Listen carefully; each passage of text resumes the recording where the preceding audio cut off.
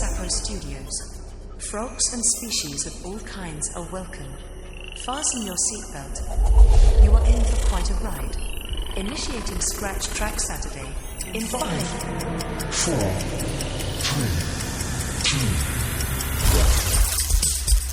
2, 1. Anonymous. Saturday.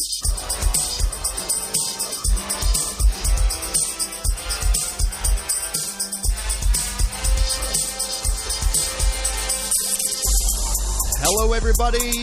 Welcome to Sapo Studios Scratch Track Saturdays. You got your boy ASAP Froggy, the one, the only, Bingus Frog. Good to be back. Have one heck of a special, utmost special guest today. Wow. As Everflow would say. Well, But- yes. Welcome. We Thank are you. stoked. Yes, super stoked. Thank you all for being here on another beautiful Saturday, as I like to say. We are Sapo Studios. Our goal is to bring the majority of profits and ownership rights back into the hands of artists. We operate under the umbrella of the Notorious Frog NFT project, aka Frogland. Do your own research, but get involved. We have plans to unveil a marketplace where you can buy and sell stems and do a whole lot more. But until then, we're jamming with artists, chatting it up with them about music, life, NFTs, art, all sorts of stuff. We've got the unbelievable, the fantastic, the marvelous Daniel J. Frey in studio with us today. He is, well, you got to speak into the mic if anyone's going to hear you. Thank you. We will get to a lovely interview with you in just a second. But I do want to address our audience and say I'm so happy to be back. I rose from the dead.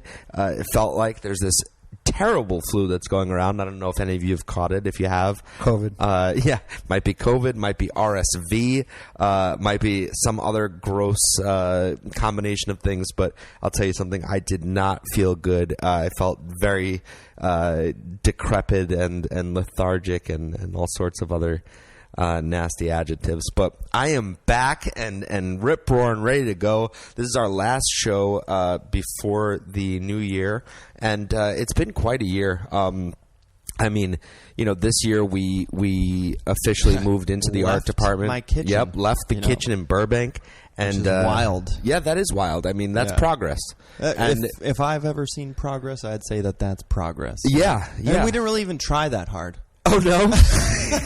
We just met every Saturday. Yeah. At my kitchen. Just set up every all Saturday this morning. equipment. No matter how we felt emotionally, we showed up. I was just about to say, man, honestly, I feel like Sapo Saturdays has become therapy. You have said that before, that you felt that way. Yeah. I think for you it did too, man. I feel like don't put words in my mouth. I'm just saying, you bro. don't know me, I'm just man. saying, bro. Like I feel like you showed up on days where like you did not want to be there. What do you mean? I always want to be here. Well, no. Like, no, I'm kidding. No, it's true. And, it's true. And I have to shout you out for that because, like, that's a testament to your commitment to the show, to like your belief in the show. Thank you. To and I must say it has like had a very positive effect on you. Yeah, and look, I don't know if it's just that I'm full of myself or what it is, but when I watch these episodes back and I listen to them, because I'm doing some editing for the show, I really enjoy it, and I feel like we have a great fucking show. I don't think it has anything to do with being full of yourself. I think it's just we've been genuine and genuinely doing it for like the right reason because we like to meet people, talk to them about life.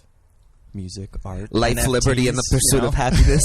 And it's so interesting because like a reason why I do this show is like, I'm an artist. I've been trying to make it, quote unquote, in Los Angeles for a very long time. And it's like learning from all of these people's experiences, like how did you get to where you're at now?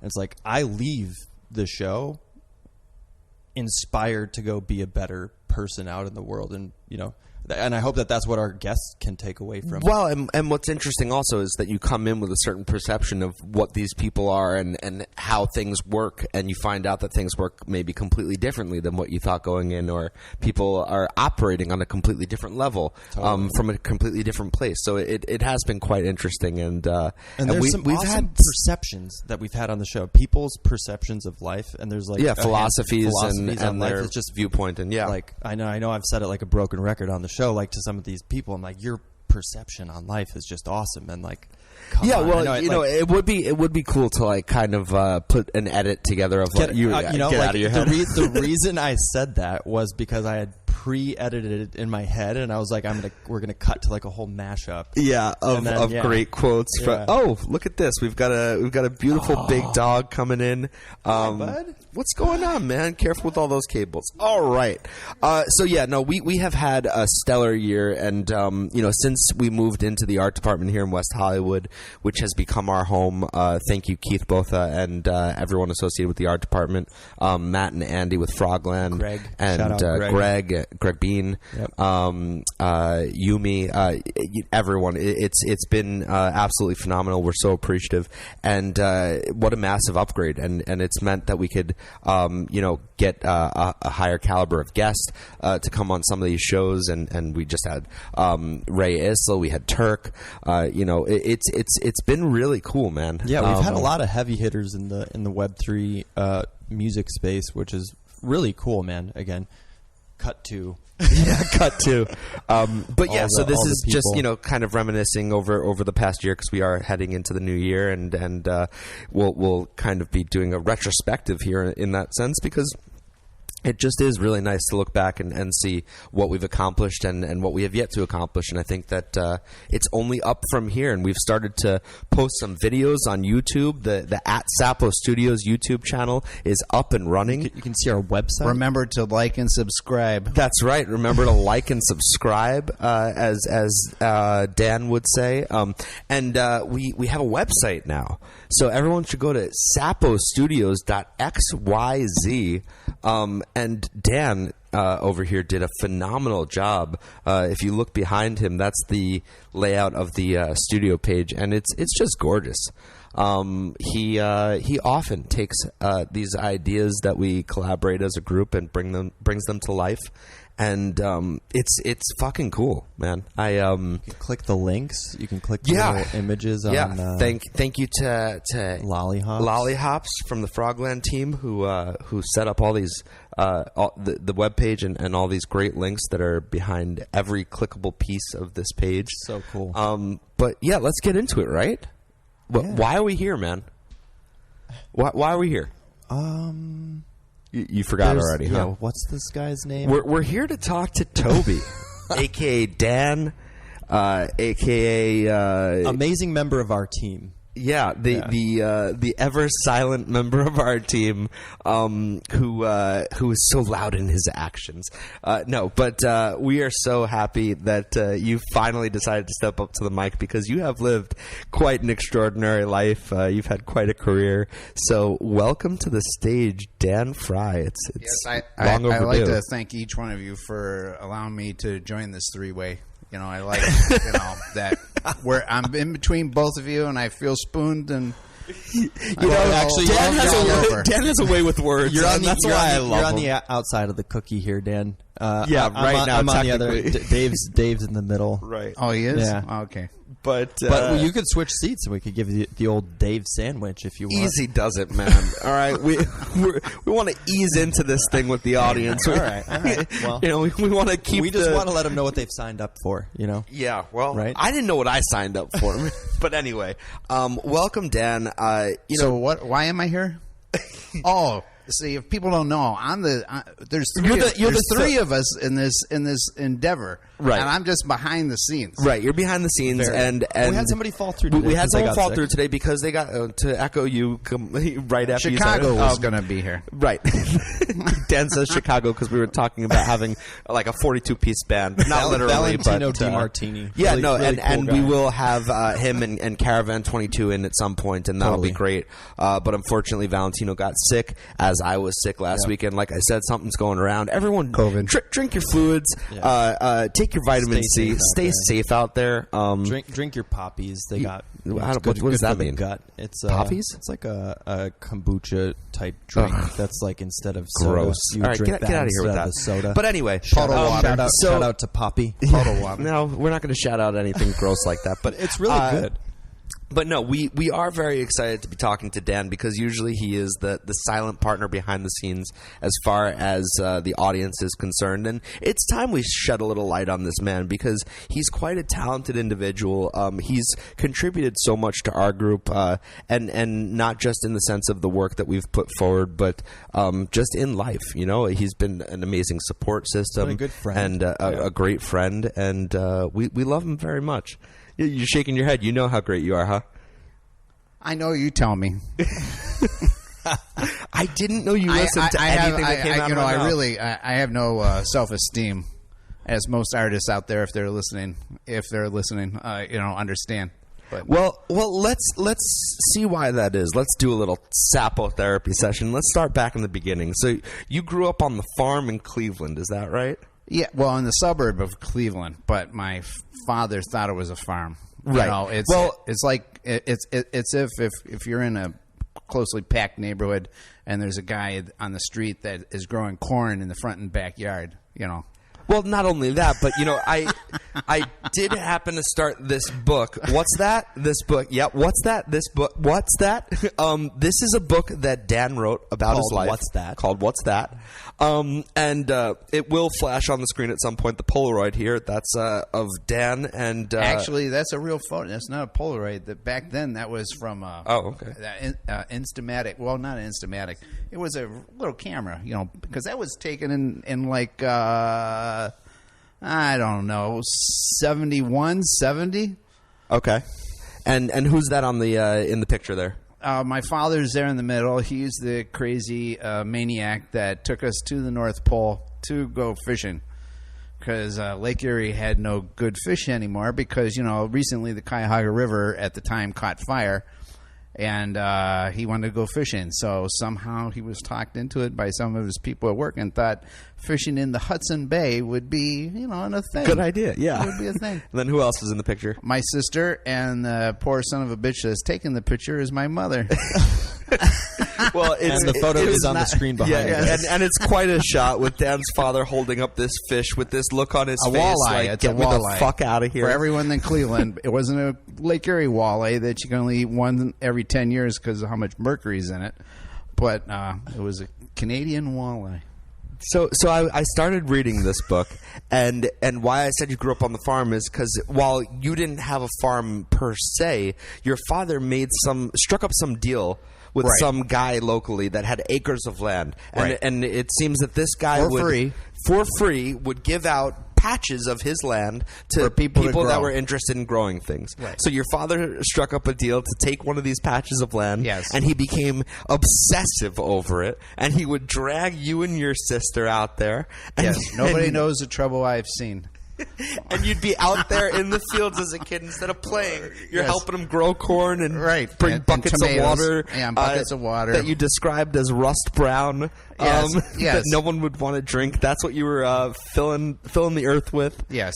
And so that's quite a thing. I mean, it's Yes, I know what it's to be immigrant labor. yeah, right. But I was born and raised in Cleveland, Ohio, and somehow, I was, usurped into taking care of plants by a maniacal father who was constantly angry and beating his children, which was then instilled this sense of artistry in me. Is that imagination? Right? Well, Yes. because you were trying No, to. I didn't know it on at a the very time. serious note. At You the were time, trying to right. escape physical abuse in your imagination. To Well, I know that now, but I didn't know that then. right. I just thought he was a bully, but Yeah. I didn't even as such. What are you going? Every kid thinks that their life is normal until they get older and they start talking to other kids and then find out they got it better and that kid over there wearing the pajama top, he's got it worse.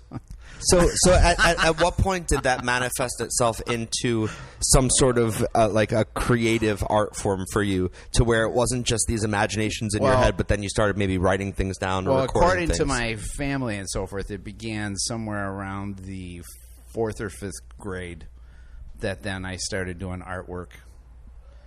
Because So the thing it's- of it it is, started- I don't it started with- remember actually when it started. I know what the story is, and I'm not being elusive. It's because I was actually killed by medical science and my own disease and I lost my memory. And so basically from about 18 years of age back. And so how did you lose your memory?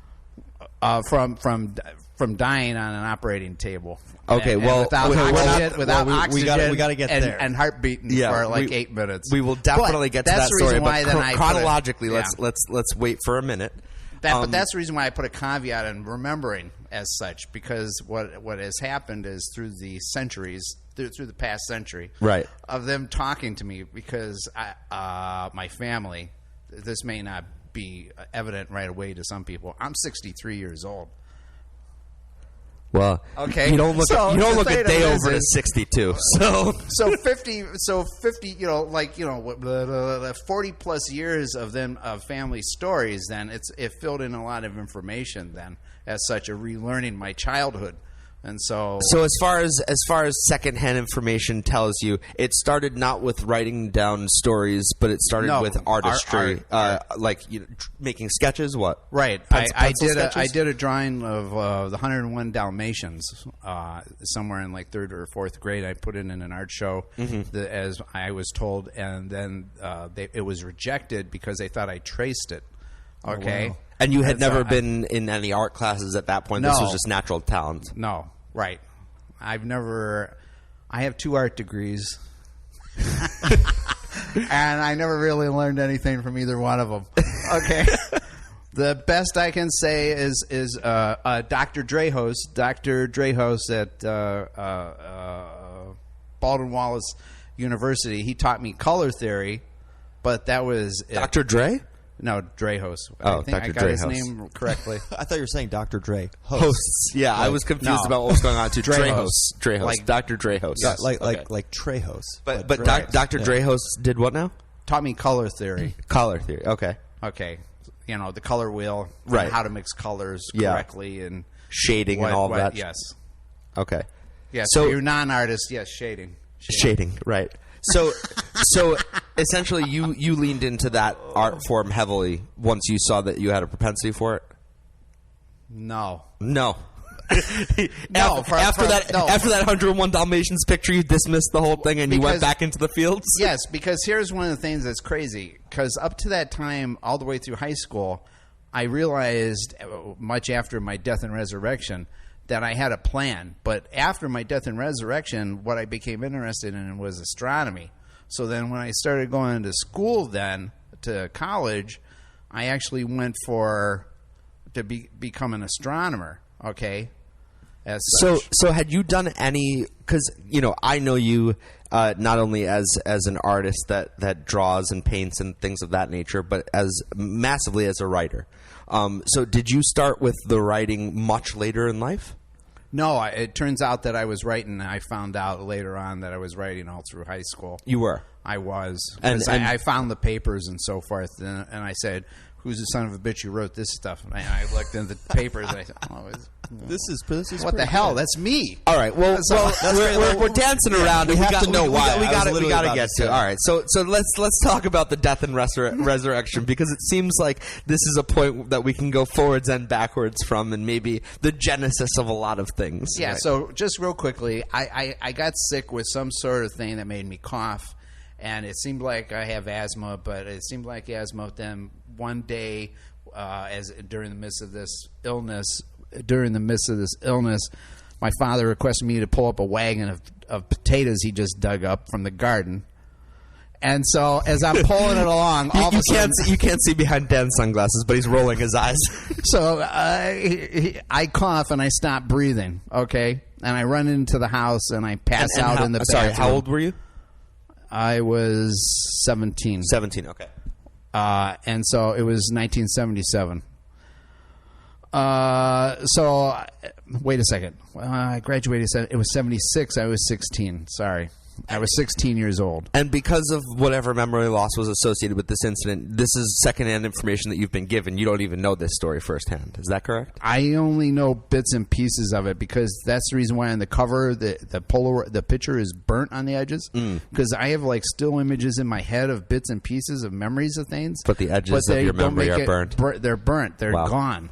Okay, I wanna know what I happened. can't piece it together. But anyways, then they took me to the hospital, and then 2 days later, when they went to do a bronchoscopy on me, that's where they looked down your throat to see what was going on. That's when I arrested on the table, and then they did the CPR and they did everything Just else. out of nowhere, you arrested on the table. Right, because the trachea was so irritated from the disease, from the virus, That you stopped it turned breathing. out that it was swollen, and then when they touched it or whatever with their instrument, it contracted, and I couldn't breathe, and then they had trouble getting me, and my heart went out, and so anyways, So I how lost long- all how my long- memory 16 from years that old. point up. Yeah, I Wait, lost how all my long were you memory. on the table for? 8 Dead minutes. to the world. 8 minutes 8 minutes. without breathing. And so you can see you could survive without 8 minutes without breathing. Okay, so there was a movie about this sort of thing back in the day. Yes. They might have wait, made no. a remake. They What? had another, and they have another older story. It was this guy somewhere, like over there 2,000 years ago. He died and came back, too. Apparently it happens. Yeah, but it happens. They made this movie in the 80s called Flatliners. Yes. About a group of medical students. It was a great movie, great cast. Well, maybe Yes. not great movie, but great cast. Kiefer Sutherland, where they Julia try to keep Roberts. killing themselves. Yes. Yes. To discover what happens. Kevin Bacon. Right. Yeah, it was Oliver pretty cool. Platt. Pretty cool movie. But yeah, they kept killing themselves to see if they went to the other side. Kiefer was like, I'm going to keep doing it. Yeah, and see how long that they could stay under for. So the obvious question that everyone asks when someone dies and comes back to life: Did you see anything? Do you remember anything? Is there another side to this world? I was given a bill. You were given a bill by the hospital or by God? This is how much it's going to cost to send you back. It was nothing. If you've ever been put out by anesthesia, that there was nothing. And the thing of it is, the procedure was That's comforting. The procedure was supposed to only last an hour, and it was like at 7 a.m. So I when I woke up then, and I wake up in bed, and the room's totally dark, and it's nighttime, I said, "What the hell?" And looking you thought around. this is purgatory. Yeah. But no, it turned out that I was still here, and I had another 42 years of mixed bag of misery and happiness to come. Does that image on the wall behind you on the picture have anything to do with that? Yes, and that's the image that he's pointing to is the image from the cover of his comic book that Dan drew called Again Begin. You can find it on Kindle. So how is that related? Because I had to begin my life over again.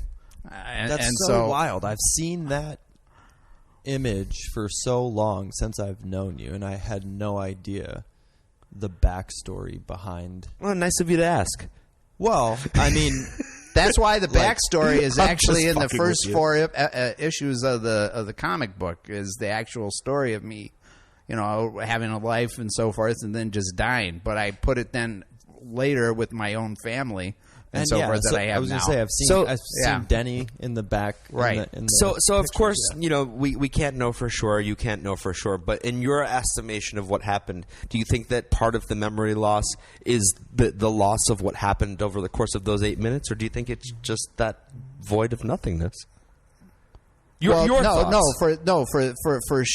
sure, the loss of brain cells and so forth totally divorced me from my family and all my memories and so forth. No, but I don't mean point. the physical memories. I mean the ethereal memories of what might have happened in that 8 minutes of death. I have no idea what it was. Just totally black, like if you're put out with anesthesia. Yeah, I used to joke with people saying, I said, well, I woke up and I was just so hot and I looked around and I was in a boiling pool. And then there was these little guys with forked tails and pitchforks, and all of a sudden I realized I'm in hell. And then people always then start looking at me, freaking them out.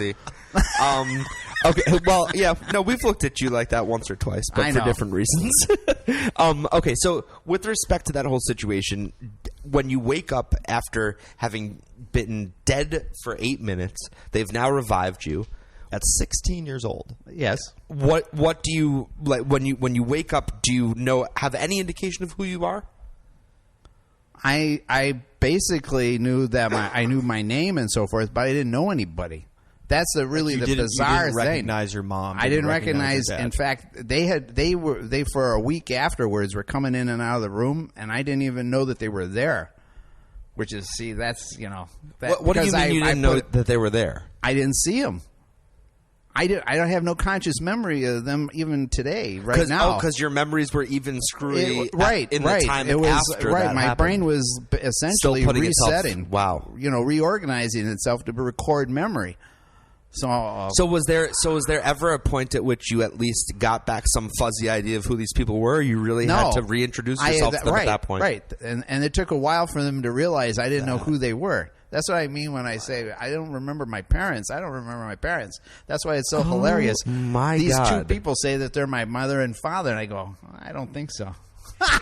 No, I wonder. These two people are crazy sons of bitches. They can't be my parents. Yeah, and I wonder if that's almost fortuitous that you forgot all of that abuse that you. That's what my sisters used to say in the past. She said I was lucky to have this lobotomy and forgot everything, given to me. Now, have you ever thought about or tried to see some sort of a hypnotherapist that might be able to regain some of these memories, or you don't even want them back? On the walk to the battery store, on the liquor store earlier, we passed a psychic. Dan, Yeah. if you remember, we could go talk to them. Oh Yeah. that's your recommendation there. Well, I recommended this because we were looking for batteries, and I said maybe they know where batteries are. But so you have no interest in regaining those memories? No, because it turns out they were all bad. Well, You know? some people say that you need the good and the bad because the bad, forms you as well. Well, that's all relative. It's like I put in the story. It's like waking up one day and finding out your father was Mussolini. How much of that memory do you want? Right. Yeah. Maybe he got you something you wanted on your birthday. He got you a nice bike or something. But when you find out the other things he was doing, you go, I don't know if I want to be associated with him. So do you remember? Was it scary not knowing anything of your past? In No, that moment, it wasn't Because scary, but it sounds like it would be terrifying. You What, wake like- up, you know who you are, but that's all you know. But was it because they told you this happened, and you were also given the context that you lost your memory? So they didn't tell me till 6 months later that I had died, and that they realized then from listening to the doctors, because they were serendipitously talking to the doctors and whatever, saying that he's not acting right, he's not behaving right, because he They doesn't thought know. you were full of shit. Yeah. And they thought I His was father's all like, he just doesn't want to pick any more potatoes. All right, Dan. All right, Dan. Here's No, your just say your real chance. quick. Here's your chance to come clean. Were you lying this whole time? Yeah, No. man, you've been faking it this whole time. You because remember it was everything. hilarious. It was not until 20 years later that they both admitted they said they were sorry that I had lost my memory of them. That they didn't realize that because they came down on me hard and so forth, saying that I was faking and so forth at times. Okay, wait. And I said, So you have to. I would say, listen, I'm serious, guys. This is that I'd say to them, if normally from the way I feel right now, I'm just going to leave, because I don't know who you two are. And you're yelling at me and so forth and saying that I'm a liar and saying I'm just leaving because you're not my parents. That is so That's fucking weird. wild. Okay, wait. So explain to me though, how is that not terrifying when you wake up and you don't know anything of your past and you don't know anyone that's approaching you as your family? How is that not horrifying? I didn't know where they went, but I knew it wasn't them. I knew I had a family, but I didn't know where they went. Right. So how is that not scary? I don't You have know. no bearings. I don't know. There wasn't fear involved. There was just You just accepted it. acceptance. And I just I was gonna accepted say. it, Yeah. but it just seemed that they were gone. Wow. But I didn't know where they were at. But I knew these two people couldn't be my parents. And anybody who knew them at the time, anybody listening, the three people, is that if anybody in my family, everybody hates me now. But anyways, oh God. but the thing of it is, if they were listening, they know that my parents, compared to me, are night and day. Well, as such. The other thing I'm kind of curious about, and I wonder if your sister ever was able to articulate this to you, is did you have a complete and utter personality shift before and after? Yes. Wow. So you were a completely different person. What do recall? I mean, not do you recall, but what did she say you were like beforehand? And how did you change? Oh, she said that I was an asshole now. Oh, that you became an asshole? Yes, because I would speak up and say things now instead of being fearful. So you used to have this filter it, and you used to be restrained because of the fact that you were beaten down and you didn't remember any of those beatings. So now you were free to say whatever the fuck you wanted. Right. So it's kind of freeing in some way, a little bit. That reset switch liberated you. Right. I get into great big arguments about my mother smoking and so forth and telling her to stop it, and my father's heart condition, trying to get him to go see an actual real doctor. And your sister's looking at you cross-eyed like, who the fuck is this guy? Yes. And then you're like, I'm going to take a keto now, and I'm going to fucking beat your ass. Wow. Okay, so that's unbelievable. That is quite a story. So you come back to life. So that's your family in the back, right? On the screen from yes, and this is artwork Again. from Begin Again that Dan created, and that's and you drew. on the right. That's him on the and right, that's your obviously, wife and your son, and that's really cool. But yeah, so how do you decide? Not how do you decide? I guess you just start looking at what your interests could possibly be as a human being, and you get to discover yourself. And that's the big thing about the same thing with the Again Begin story, to bring it around to Gabriel and so forth, is that I had to relearn about society and everything else that goes along with it and the world. Oh my God. Then that's why then I saw all this hypocrisy. And then with hypocrisy in my very religious family and their prejudice and their racism, et cetera, and I saw it everywhere. And because you were learning it as an older person, you and had I was context learning for it everything. at the age, Wow. of being 17, 18 years of age, and that changed my entire view of where I was in the universe and humanity and everything else. That is unbelievable. So in terms of like education and schooling, okay, you lost all sense of history, right? But like any foundation of like, let's say, math skills or things like that. No, that like, was there. So and was anyone? But that's the thing that was made the thing of the confusion. But they realized later on, as other people did brain research on people that have died. Yeah, it's more like, have you ever seen something about Harry? With Harrison Ford? Oh, regarding Henry. Regarding Henry. Yeah. That's it. Yes. Okay, that's what my experience was without the physical handicap. Yeah, no, Okay. but it wasn't, because unless you're he couldn't remember. He couldn't remember his family. Right, but he also reverted back to like a child, where he had to relearn how to speak properly, and he had to relearn how to spell. He was learning how to spell Ajax. Remember that whole thing? Right, but I had to relearn society and what was going on. You know, interpersonal relationships and all that. Relationships and so forth. Wow. Okay, so that then at the age of 17, then 18, 19 of learning that really changed my view, because remember, it's not like you said, you're not growing up with the fear of your parents, or that it's a real fear that it takes a long time for children to let go of to realize that their parents are human. Right. To see them from day one. Yeah. When you wake up then as human, and then seeing all their faults, and you're not overlooking them. That changes your perspective on everything. Unbelievable. So,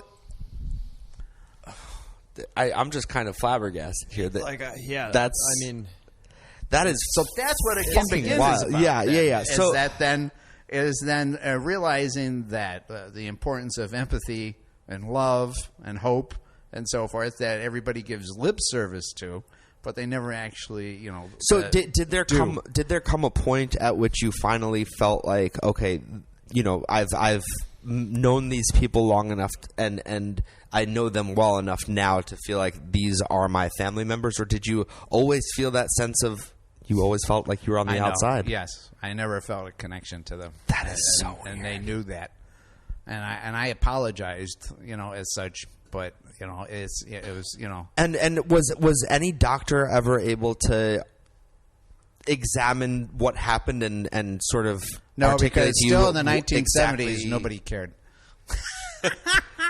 Medicine is maybe a little bit better today about thinking about having a social worker come in and say, hey, how you doing there? You think you're going to be all right when you get out of here? No, nobody came around and said, are you going to be all right? And was there ever any sense of like the doctors weren't sure if some of these memories would come back, or they knew once? No, they didn't care. No, there was no there was no addressing it even. No, there was no addressing that because there was no suggestion of like seeing a therapist or anything like that. So so then in terms of skills and abilities and things like that, you said I didn't get to see a therapist until a midlife crisis. That's that's what held out for that one. Yeah. Okay. I had a lifetime of getting my head real soft and mushy. Before I had it. So in terms of abilities and talents and things of that nature, you said that when you were 13, you drew the Dalmatians. In third, fourth grade. Oh, third, fourth grade. Excuse me. 8 years old. So 9 years old. Super early on. So when you say that your sister says that your whole personality changed, I would imagine forgetting certain things, maybe even some of your abilities and inclinations changed in terms of what your talents were. Did someone inform you that you could draw, and then you were like, okay, let me try this out? I still was able to draw. That's the thing. But someone had to tell you that you were. Was all my family. But someone had to tell you that you were an artist in that capacity because you didn't remember. No, I just drew. See? It just came out. It just came out. It's like you knew it one day, and it's you hadn't. This thing is about music, right? People come in here that are natural musicians. Right. I just was able to draw. So that didn't go away. And were there all my relatives, my immediate family, my cousins, my uncles, everybody was just gone. Was there friends? And friends. That's it? All my friends were gone. All the family, whatever the filing system was in my head, it just got torched. So the friends you had to that point, did you keep those friends, and did you have to remake those relationships? I had to basically remake the relationships. I mean, it's in one of the things or whatever of talking about it when I was working at McDonald's at the time, okay? And then when I came back from it, my first review, it said in there, the manager showed me, not the old Dan Frey we used to know. Okay. Wow. Because I had to no longer knows how to make the fries. Correct. That's true. I didn't. I had to relearn how to do everything. Even though they said, okay, it's here for your job, and I go walking in there, oh, okay, what do we do? What the hell is this thing, man? Yeah, right. This is a chicken this is McNugget? timer. Right, correct. What the hell is a chicken McNugget?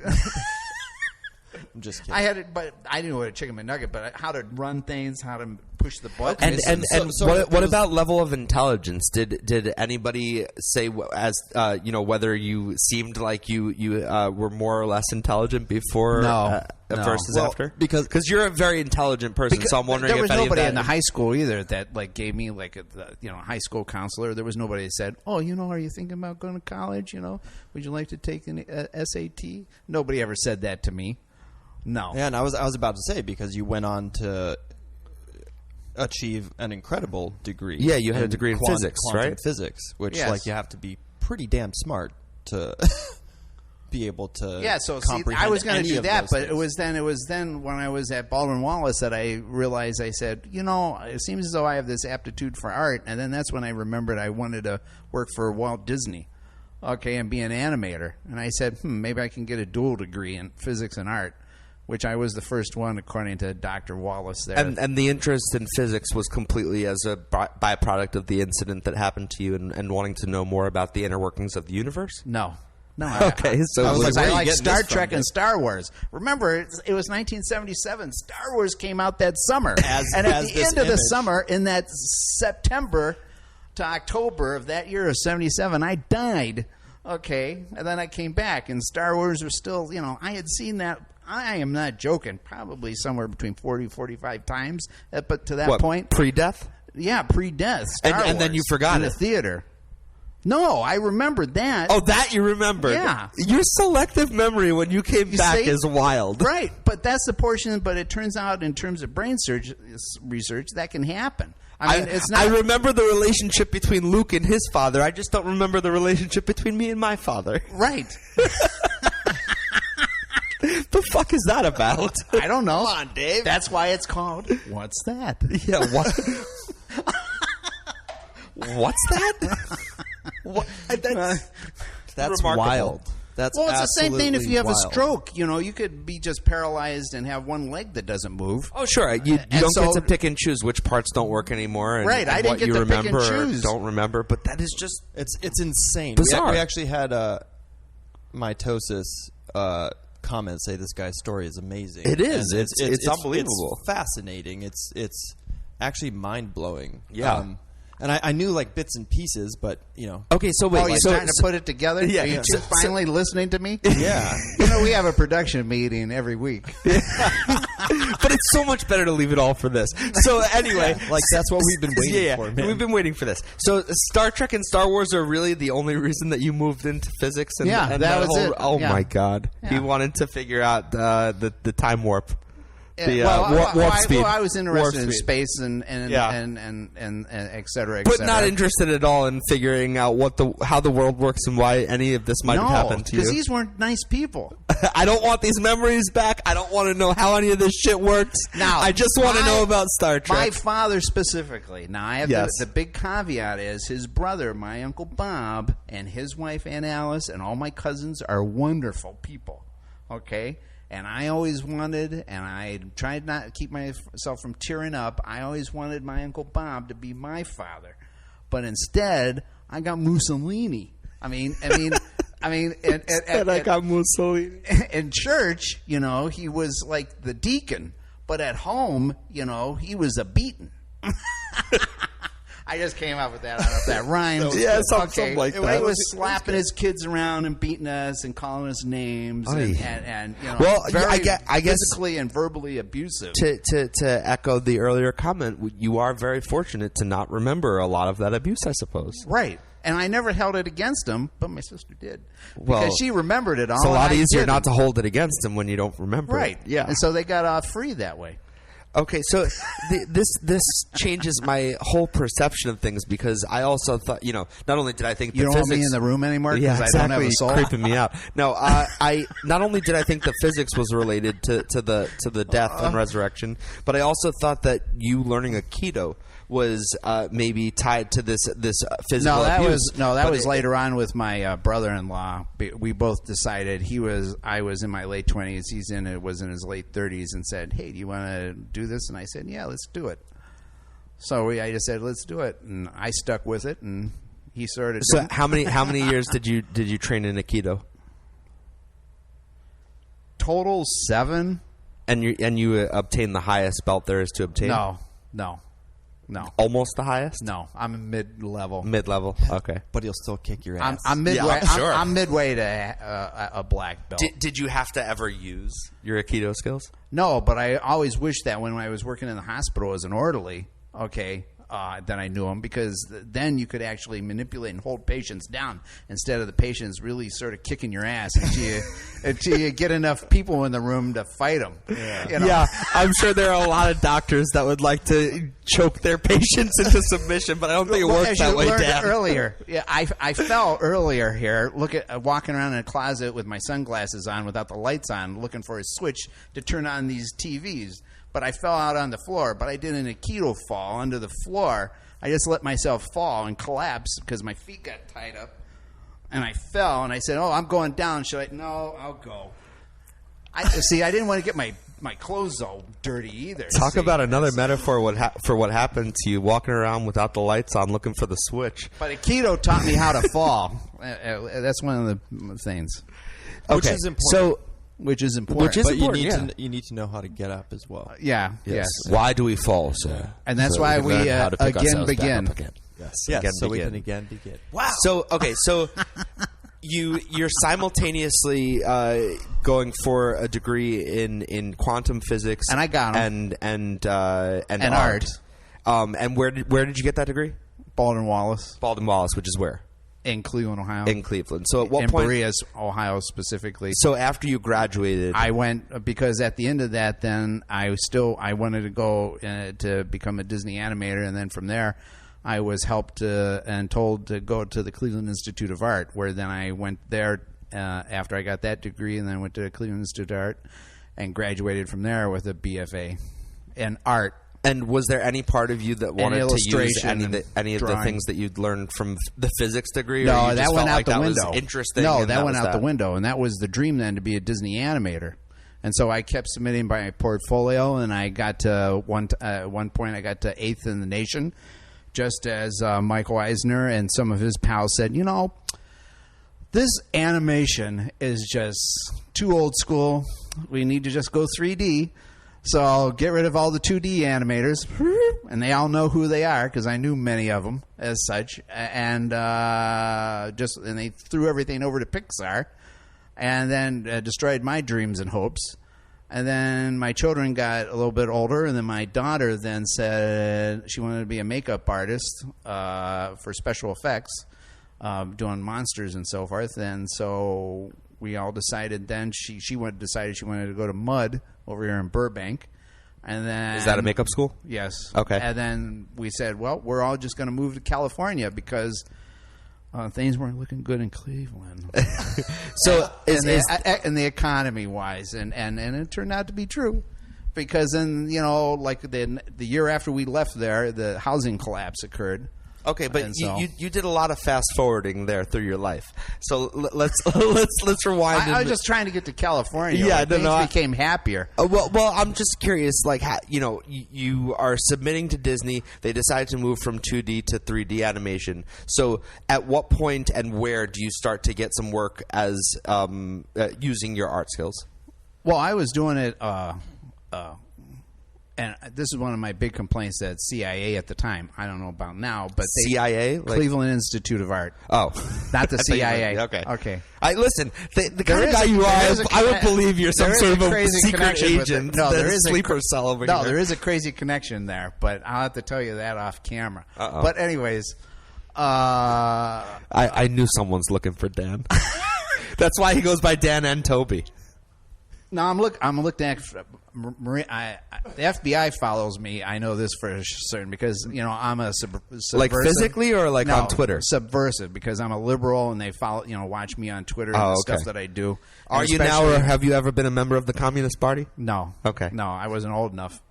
And so when they were recruiting.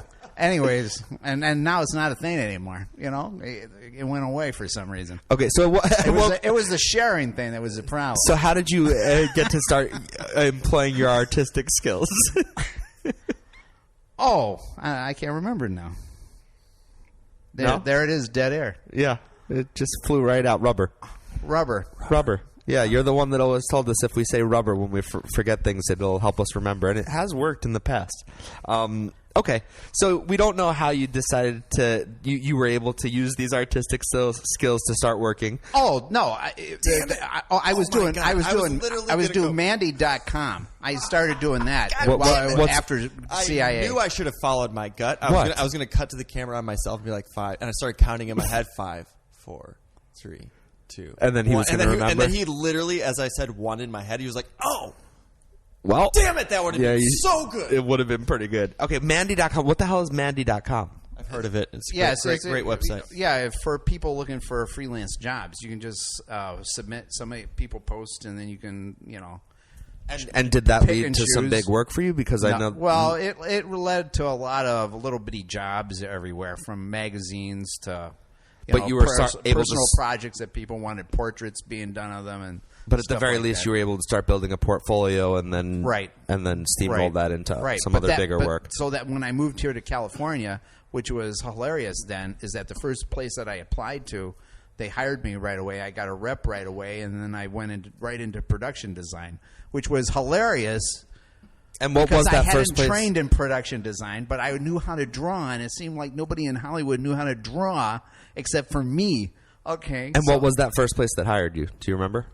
I can't remember the name of the studio, but I've showed you pictures. They had me. They actually sent a taxi for me, and they that day, and they rushed me over to the studio to draw an elevator, which was with pencil and a ruler.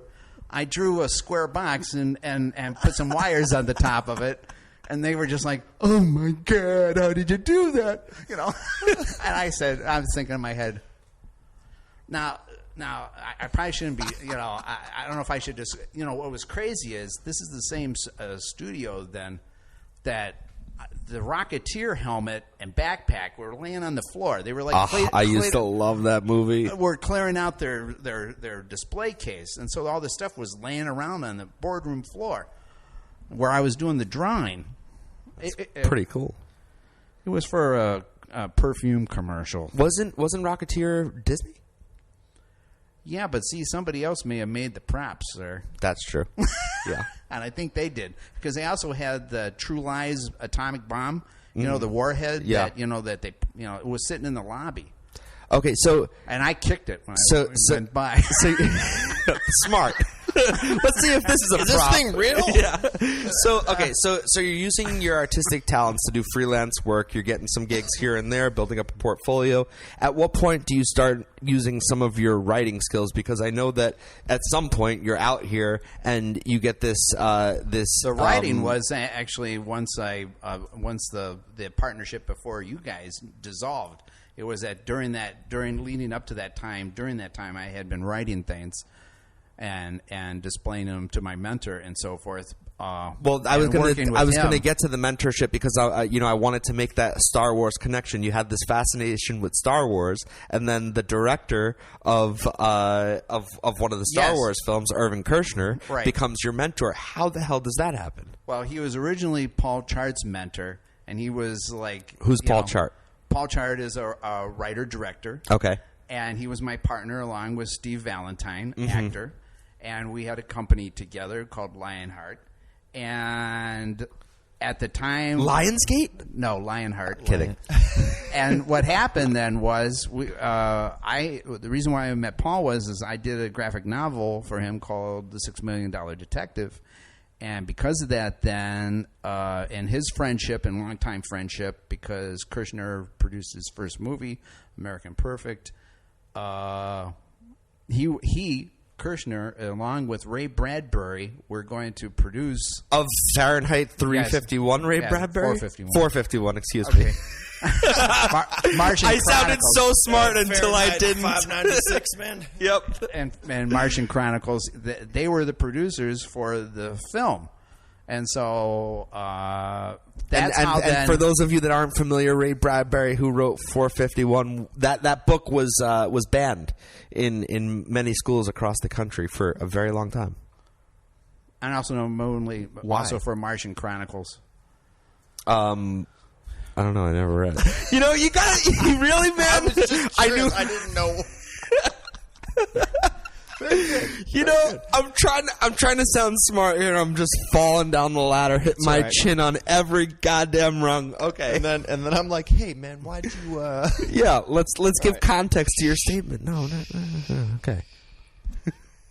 So I would meet. The only times I'd really meet Kershner was at birthday parties and at parties at Paul's house and meetings like that. And this was one of the great things. And this was before or after he had already directed Star Wars. Oh, well after. I mean, after. This has just occurred 8 years ago, or so. 8-9 years ago.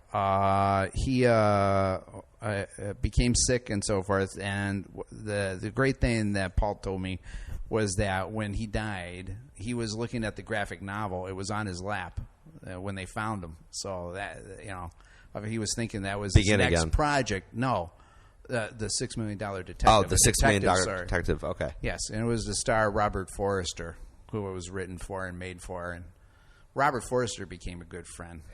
Well, it's interesting that you mentioned who it might have starred, because what you don't know is before this interview, I reached out to your daughter, and I said, do you or your brother have any questions that you'd like me to ask your father? All right. So one that relates to... to tell them, I wore a condom for both of them. Oh, God. Okay. So I don't know. All right. Well, I got in there first before whatever the question is. So go ahead. Jesus Christ. Okay. Well, the first question is with relation to you bringing up an actor that might have played a part in one of the graphic novels that you drew. Do you have a dream actor that you would love to have play a character that you've written? Yeah, Idris Elba. For your story Highway. Yeah. Yeah. Because I'm halfway. Well, I should say, I'm about 1/3 of the way through the graphic novel for it. Yeah. As such, I got to return to it. But then I took a retirement from drawing and so forth at the end of last year to exclusively focus on writing and doing artwork only for Sapo and for Quantum Collaborations. Got you. Okay. And then cool. But Highway is awesome. It is Highway awesome. is so cool, Yeah. and Idris Elba would be an amazing role. Yeah, so I if love you're Idris- listening, man, I love Idris Elba. we're going to be sending you a script Yeah, and a seriously, graphic like- novel to go along like- with it. Like, why not? Let's just DM Shoot him. for the stars. Let's just DM him, dude. Like, an- let's send him this clip along with the script. Another question that your redheaded daughter asked for you is any advice for men that want to date a redhead? Yes, to realize that most of them are very angry. And Because raising a redheaded daughter is very difficult, just to let you know. She's right there in the picture. It's interesting that you should say that because she also said, please tell my dad, I'm sorry I gave you some rough moments throughout the years growing up, but I'm happy we're close and good friends, and I love you, Dad. Yes, thank you very much, daughter. Thank you, Kate. Thank you, So, Matthew. that's very sweet. We love your family, man, and we're lucky enough to come join you at your kitchen table every Tuesday for our weekly meetings, and your family has welcomed us into your home. Thank you, Mr. Gabriel. Okay, so let me do a quick fast forward here then, because I do want to ask how the writing thing became your main thing. Because yes, you've done Because it's easier to write than it is to draw. You know when you write the mountains had snow on it. You know how long it takes to make mountains with snow on it? Like if you're going to paint it. Okay. It's like Bob, You can just make Bob Ross. Bob Ross made it look super easy. It was just a little bit of love right there. Yeah, A little- but even little that, kindling tree right over that here. takes a little bit of time. You can just write and create worlds of imagination instantly, as opposed to and digitally. And when or you in and when real you life. say that Irvin Kershner was your mentor, what was your meaning what he said. What he said to us. Okay, that's so the mentorship that I've taken to heart and I've expressed to you guys. Is So that it wasn't here, I'm necessarily gonna a tell you direct what it is. relationship? No. Okay. But what he told us, vis-a-vis through Paul, and told us, is that everything you see here in Hollywood, was done by mediocre artists working at 100%. Okay? So that people with actual talent, like you two, need to break that shell, and put your stuff out there and realize that it's good. Don't second guess yourselves, because the mediocre people are not second guessing themselves. They say their stuff is the greatest, and that's the stuff that's getting made. Because the guys with the money say, "Well, he told me it was great. Must be great." which was a very heavy theme of the movie American Fiction, which I saw last night. You should all take a look at that movie. It was very interesting. A lot of really funny moments that are reflective of our society and how people operate. But yeah, that is very interesting. And I mean, I think that, we've definitely worked at over 100% on a lot of the endeavors that we've had, but it is a matter of getting that stuff out there more. And exposing it to people and feeling like it doesn't have to be in this idealized perfect state in order to get in front of people. It's just about getting that stuff out there, and it's got its own value and validity to it. Yeah, good people and creative people that are really good really always second guess themselves, and they know that they do. If they're listening, they know they do. They always think, maybe I should make it better.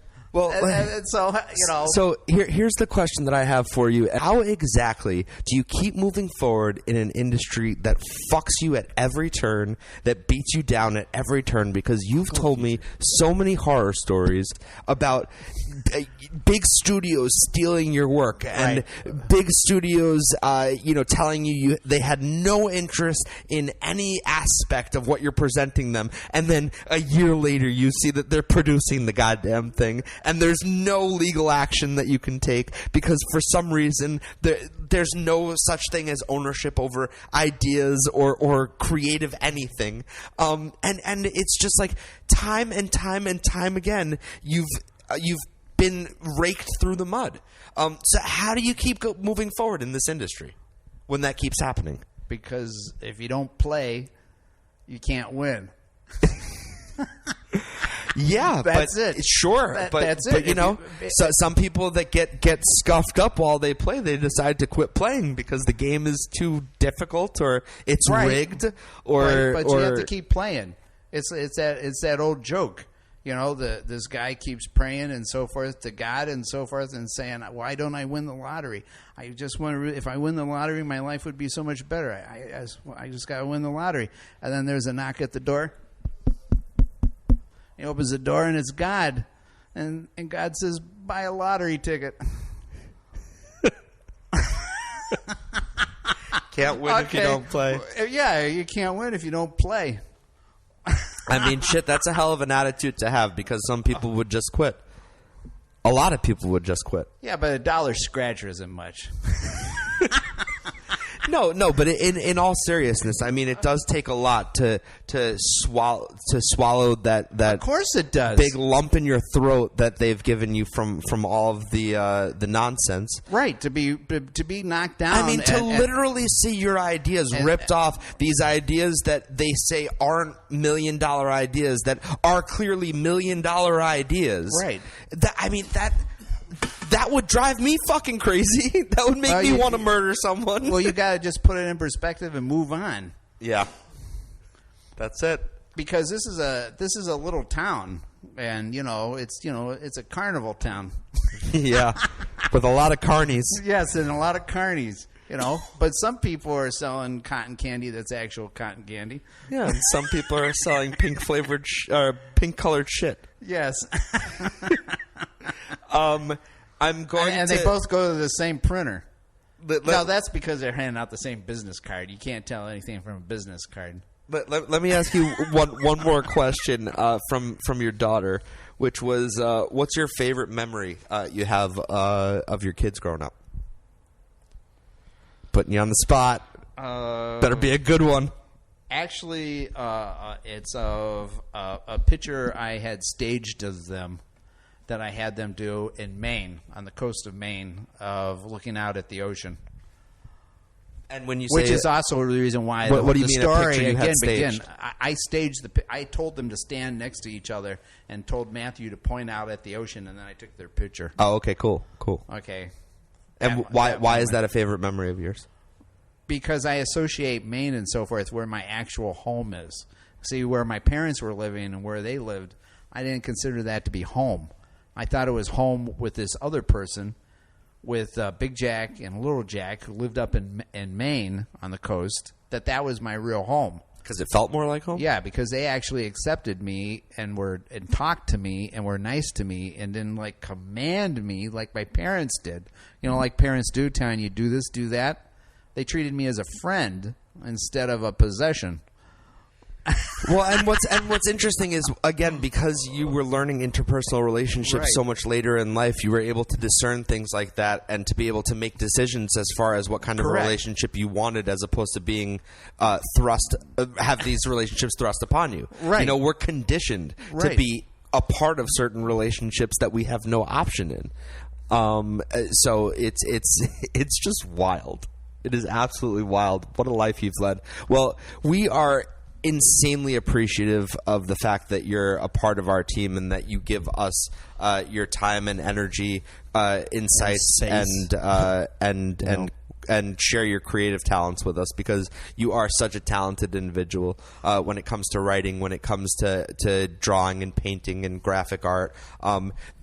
SapoStudios.xyz to not only promote our website is just a prime example, again, behind Dan's head, of the beautiful artwork that he's capable of doing in terms of digital graphic art. It's a gorgeous page, and yeah, I mean, I can't wait to see the success that we have as a group, because I do believe that it's just a matter of time. It's a matter of when, not if. And I think, we keep plugging away, we keep doing our thing. Someone will fucking notice. Remember to like and subscribe on YouTube. That's right. We're going to go ahead and wrap this show up today. Thank you so much, Dan, for sitting in and bearing this interview, because I know that you don't always love to be the center of attention, and I understand that. But we really do love you and appreciate you so much. And I love you guys. And you are a fascinating person. So thank you. I think this was just part one. We're going to have to dive Definitely deeper have to do part two. and do part thinking 2 at that some point as well. Yeah. Because there's more to the story, and we definitely there's so much more to the story. Yeah. I mean, there's going to be another book. Yeah. Dan's putting together another book. I also run the camera here Yes. most Saturdays, except when I'm one Saturday a month I'm at Disneyland. Yeah. Which I want to go. Happiest place on I want earth. to go with you next time, Dan. But You're welcome. Yeah, I would anyway, love to. listen. Thank you so much to our audience who always shows up, particularly Mama Gabriel. I just have to give you a personal shout out. I don't know. She left. Looks like she left. She left. See, she couldn't take it no more. She couldn't take it anymore. It's just Well, crap. it's fine, because you know what? She'll probably listen to She replay will. at some point, and I just really do want to say thank you so much, because ASAP's mom shows up. She's one of the first people to show up every Saturday for our show. I love seeing her pop up into the room, and she listens to every interview, and that kind of support is unrivaled. So thank you to Mama Gabriel. Thank you to the Frogland team who always supports us, shows up, has our back, helped us put Yes, this thank website together and put this whole endeavor together. Thank you to Keith Botha, Greg Bean, and everyone at the art department, which once again has become our home. And thank you to everyone else that pops into the show and listens, whether it's for a little bit or a long bit. We really do appreciate you and couldn't do this without you. We hope you have an absolutely fantastic new year. Next year is going to be chock full of surprises when it comes to this show, because it's only going to get bigger and better. Absolutely. We're going to be producing segments. We're going to be doing all sorts of really We're getting fun a fourth things. mic. We're getting a fourth We're mic. gonna get some stands. We're We're going to have a craft table. Yeah, we're gonna have a craft service. we're gonna have people coming down for live shows and drinking Talago and giving live performances and drinking Spirit Punks, yeah. and smoking Brentwood cookies, marijuana, and doing it up. So I hope you all have a beautiful New Year. If you liked what you heard today, go ahead and listen to some of the replays on Spotify, Apple Podcasts, Google Podcasts. You can get to all of those links through our website, sapostudios.xyz, and we will see you in the new year. Sapo Studios, out.